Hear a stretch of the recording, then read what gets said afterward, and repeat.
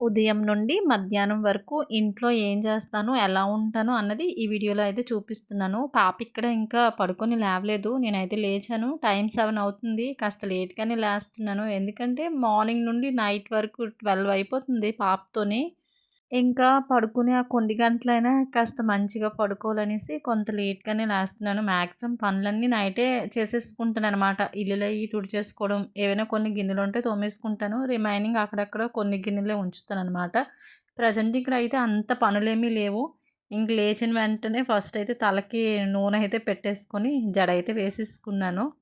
ఇంకిక్కడ భయంతోనే పనులన్నీ చేస్తాను. ఎందుకంటే మా పాప ఎక్కడ లేచిపోద్దని. చిన్న వాటర్ శబ్దం వచ్చినా సరే అది వెంటనే లేచిపోద్దనమాట. అందుకనే బయటికి వెళ్ళిపోయి బ్రష్ కూడా చేసేసుకుంటున్నాను. ఈలోపే లేచిపోయి వచ్చేసింది.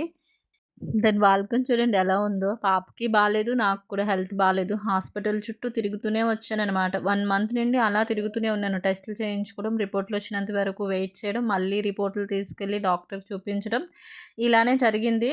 సో, అన్నీ వచ్చాయి. చూసి అన్నీ బానే ఉన్నాయన్నారు. అన్నీ బానే ఉంటే నాకెందుకు ఇంత నీరసం, ఇన్ని బ్యాక్ పెయిన్స్, ఇన్ని తలనొప్పి, బ్యాక్, షోల్డర్ దగ్గర హెవీగా పెయిన్స్ వచ్చేస్తున్నాయన్నమాట. వాళ్ళేమో సింపుల్‌గా ఏమీ లేదు అని చెప్పేసి అదిగోండి మల్టీవిటమిన్స్ టాబ్లెట్స్ ఏవో ఇచ్చేసారనమాట. ఇంకో కొన్ని బలంకేవో అనేసి ఇచ్చేసారు. సో, ఇవన్నీ గుప్పుడు గుప్పుడు ప్రతిరోజు వేయాల్సొస్తుంది. ఎప్పుడూ లేనిది టైంకి మార్నింగ్ బ్రేక్‌ఫాస్ట్ చేసేస్తున్నానంటే ఒకటి అర్థం చేసుకోవాలి. మెడిసిన్ వేయాలనమాట. మెడిసిన్ వేయాలంటే పొట్టలో ఏదో ఒకటి వేయాలి. అందుకనే టిఫిన్ తెచ్చుకొని తినేస్తున్నాను. ఇంకిక్కడ ఇల్లులన్నీ నీట్‌గా తుడిచేసుకున్నాక బయటేంటంటే మెట్లు నిండాక ఉల్లిపాయ తొక్కలున్నాయి. మెట్లు తుడిచేసి బాల్కనీ కూడా నీట్‌గా తుడిచేసాను. మాక్సిమం అయితే ఇసుక ఏమీ ఉండదండి. అలా తుడుస్తూనే ఉంటాననమాట. ఉంటే పాప ఏవైనా వస్తువులు అటు ఇటు ఆడుతూ ఉంటది కదా! అవి అక్కడ ఇక్కడ తీసేసి సర్దేస్తే చాలా క్లీన్‌గానే ఉంటదనమాట. అంటే డేలో నేను ఎన్ని సార్లు తుడుస్తానో నాకే తెలీదు. చిన్నది ఏదైనా పడిపోయిన వెంటనే తుడిచేస్తాను. ఒత్తేస్తూ ఉంటాను అలా అనమాట. అందుకనే ఎప్పుడు కూడా క్లీన్‌గా ఉన్నట్లే అనిపిస్తది నాకైతే. అన్నీ బానే చేస్తాను కానీ, ఇక్కడ తాడు మీద బట్టలు కనిపిస్తున్నాయి. ఇప్పటికి 3 డేస్ అవుతున్నాయన్నమాట. తీయను అలాగే ఉంచేస్తాను. నాకు మడత పెట్టడము చాలా ఇబ్బందనిపిస్తది. ఉతకటము అన్నా నాకసలు ఈ బట్టలంటేనే ఇంక చిరాకు. ఎప్పుడు కూడా అమ్మ వాళ్ళ ఇంట్లో ఉండేటప్పుడు నాకు బట్టల సెక్షన్ ఇవ్వరనమాట. బట్టలు అమ్మ రెండో అక్క ఉతికేసుకుంటారు. నా పనేంటంటే గిన్నెలు తోముకోవడం, ఇల్లులు వంట మాక్సిమం వంట సెక్షన్‌లోనే ఎక్కువనమాట. అందుకని నాకు ఈ బట్టలు అంతగా అలవాటుండదు. ఏంటో అన్ని పనులు ఒక్కదాన్ని చేసుకోవడం నాకు నిరంతర సేవలాగా అనిపిస్తుంది. అస్సలు నచ్చట్లేదు. అంటే నా మొఖం చూడొచ్చు ఏదో తెలియని ఒక బాధనమాట. చాలా లోన్‌లీగా ఉంటున్నాను. ఏదో ఒంటరితనము అలా అనిపించేస్తుంది. దానికి తోడు మార్నింగ్ లేచినప్పటి నుండి నైట్ పడుకునేంత వరకు కూడా ఈ పనులతోనే సాగుతున్నట్టు అనిపిస్తుంది. ఇంతేనా ఈ లైఫు అనేటట్టు కూడా తిట్టేసుకుంటున్నాను. ఇంకిక్కడ బియ్యం కడిగేస్తున్నాను. బియ్యం కడిగి స్టవ్ మీద పెట్టేసాక పప్పయితే చారు చేసేద్దాం అనేసి కర్రీని మా ఆయన బయట నుండి తెచ్చిమ్మన్నాను. ఎందుకంటే హెల్త్ బాలేదు. కాస్త నీరసంగా ఉంది. వండాలని ఇంట్రెస్ట్ లేకపోయినా సరే మరి మా పాప ఉంది కదా! దానికి ఏదో ఒక ఫుడ్ పెట్టాలి. అమ్మగారైతే అంత తినే టైప్ అయితే కాదు. చిన్నప్పటి నుంచి ఇది కొంచెం మారితే నేను కొంచెం బాగానే ఉండేదాన్నేమో. కానీ అస్సలు మార్పు అనేది లేదు. మరి నాలో మిస్టేకో, తనలో మిస్టేకో నాకైతే తెలియట్లేదనమాట. అస్సలు నన్నొదలదనమాట. ఏ పని చేసినా సరే అందులో తను మాత్రం కంపల్సరీ ఉంటది. బొమ్మలు పెడతాను అయినా చూడదు. అంటే ఒక్కదానే ఫీలింగ్‌తోనే వస్తదని నాకు తెలుసు. కానీ తననెత్తుకొనుంటే నా పనులవ్వవు కదా! కొంచెం మా పాప అర్థం చేసుకుంటే బావుండురా బాబోయ్! అనిపిస్తది.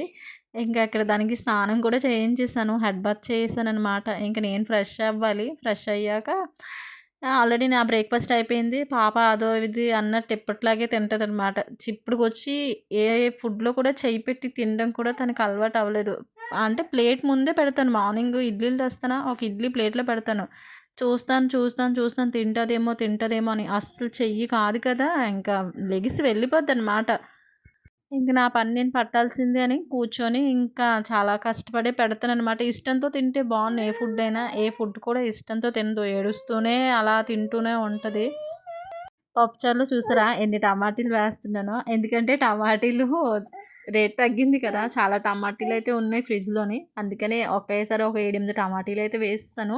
అంటే టమాటీ పప్పు చారు అనమాట. చింతపండు అంత పెట్టి అంత పలచగా చేయను. అలాగని అంత చిక్కగా చేయను. జస్ట్ ఒక ముంతడ వాటర్ అయితే వేస్తాను అందులో. అంతే టేస్ట్ అయితే చాలా బావుంటది. మా ఆయనకి నేను చేసే పప్పుచారు చాలా ఇష్టం. రిమైనింగ్ ఎక్కడ చారులన్నా సరే బాలేదు, బాలేదని అంటారు.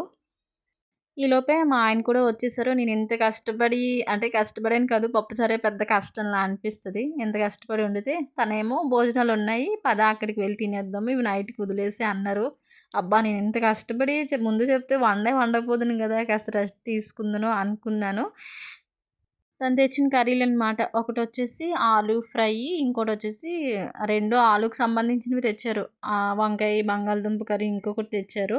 సో, అవలా పక్కన పెట్టేసి చారు, వేడి అన్నం అన్నీ పక్కన పెట్టేసి మేమైతే ఇంకా వెళ్ళిపోతున్నాము భోజనాలకి. భోజనాల దగ్గర వీడియోలు ఏం తీయలేదు. చాలా ఇబ్బందనిపించింది. ఇంతేనండి. ఏదో ఇలా పెట్టాను వ్లాగ్. బాయ్.